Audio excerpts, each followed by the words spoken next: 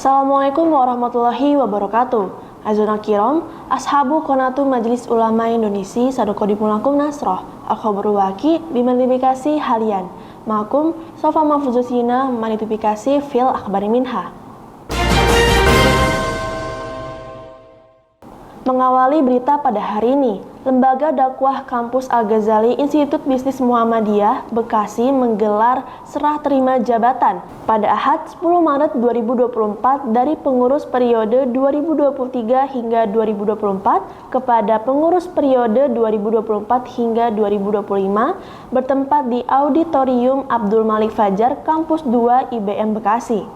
Prosesi sertijab dihadiri Ketua Hima Manajemen, Akuntansi, Ekonomi Islam, Ekonomi Pembangunan, Ilmu Komunikasi, dan Teknik Informatika.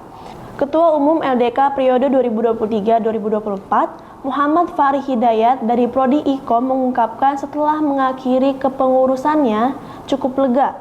Ketua Umum 1 terpilih, Siraj Abizar, mengatakan dalam memangku jabatan barunya merupakan tanggung jawab cukup berat, tetapi kepengurusannya harus dapat untuk menanggungnya dan terus berkomitmen agar dapat menjalankannya dengan baik untuk tahun ke depan. Berita selanjutnya, 2 tahun absen dari ring, Cat Turman, mantan juara dunia tinju kelas welter dan super welter WBA WBC akan tampil kembali. Tak tanggung-tanggung petinju kelahiran Clearwater, Florida, Amerika, 35 tahun silam akan menantang tim Tizu, juara dunia kelas super welter WBO asal Australia. Eddie Hearn dengan bendera PBC menjadi arsitek pertarungan tersebut. Laga Turman versus Tizu yang akan dipentaskan di T-Mobile Arena, Las Vegas, Nevada, Amerika pada Sabtu 30 Maret 2024 itu rencananya juga akan disiarkan secara langsung di TV One pada Ahad 31 Maret 2024 mulai jam 9.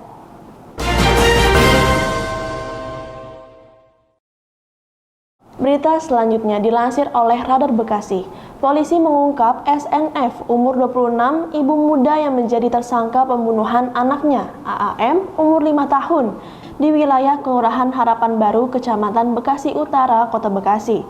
Masih dalam perawatan di Rumah Sakit Bayangkara, Kramat Jati, Jakarta, Kasat Reskrim Polres Metro Bekasi Kota, AKBP Muhammad Firdaus mengatakan tersangka SNF mempunyai perilaku yang kerap melukai dirinya sendiri. Berdasarkan hasil pemeriksaan psikolog, SNF mengalami gangguan skizofrenia. Gangguan kejiwaan itu membuat SNF kerap kali berhalusinasi hingga tega menghabisi anak kandungnya sendiri dengan 20 kali tusukan. SNF dijerat pasal 76C Junto, pasal 180 ayat 3 dan ayat 4 Undang-Undang RI nomor 35 tahun 2014 atau pasal 338 KUHP dengan ancaman hukuman 15 tahun penjara. Berita selanjutnya, terdapat ratusan kasus DBD di Kota Bekasi pada awal 2024 ini. 4 warga di antaranya meninggal dunia. Tetap bersama kami karena berita selengkapnya sesaat lagi.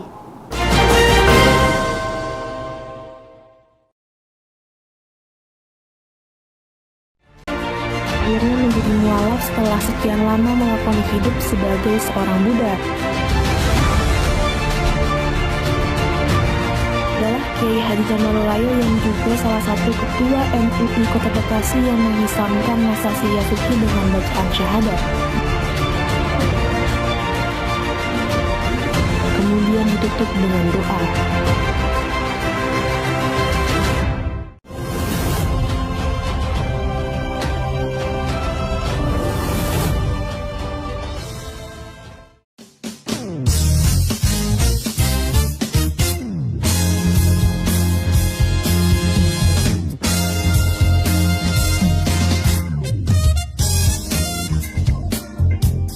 Dan bagaimana Pak Ustadz kisah suka dan dukanya baginda Nabi itu saat berdakwah?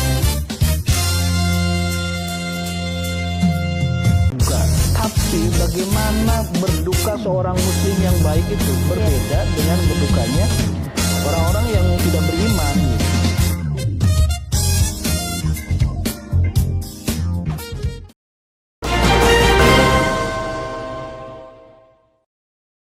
Kembali lagi bersama saya, Sofa Mahfuzosina.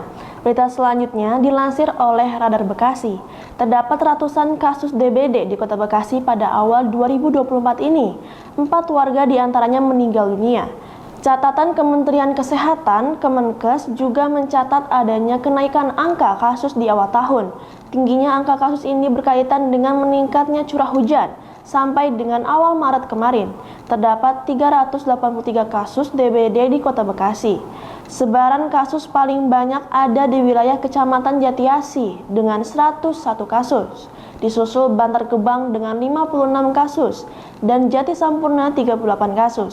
Sisanya tersebar di 9 kecamatan lainnya di Kota Bekasi. Sementara itu, terdapat 4 kasus meninggal dunia, masing-masing 1 kasus di lingkungan Kecamatan Jati Sampurna dan Bekasi Selatan, serta 2 kasus di Kecamatan Jatiasi. Kepala Dinas Kesehatan Kota Bekasi, Tanti Rohilawati, menyampaikan bahwa saat ini Kota Bekasi masih berada di musim penghujan.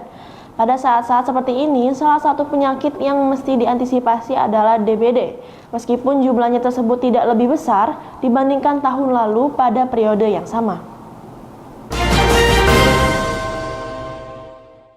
Mengakhiri berita pada hari ini, Kesit Budi Handoyo dipastikan maju ke perebutan Ketua Persatuan Wartawan Indonesia Provinsi DKI Jakarta 2024 hingga 2029. Pemilihan Ketua PWI Jaya periode 5 tahun mendatang akan digelar Kamis 25 April 2024 di Balai Kota Pemprov DKI Jakarta. Kesit B. Handoyo yang selama ini dikenal sebagai pengamat dan komentator sepak bola andal sudah berkecimpung di organisasi PWI Jaya sejak hampir 20 tahun silam. Menuju Konferprov PWI Jaya 2024 ini, pada kontestasi ketua, pemimpin redaksi Voi.id Iqbal Irsyad dikabarkan segera menyusul mengembalikan formulir pendaftaran. Iqbal Irsyad saat ini menjabat Bendahara PWI Jaya, di samping dipercaya memimpin Satuan Tugas Anti Hoaks PWI Pusat. Konferprov juga akan menetapkan figur ketua Dewan Kehormatan Provinsi. Berbeda dengan bursa, Ketua PWI Jaya dengan hanya 2 bakal calon. Peta persaingan Ketua DKP lebih ramai.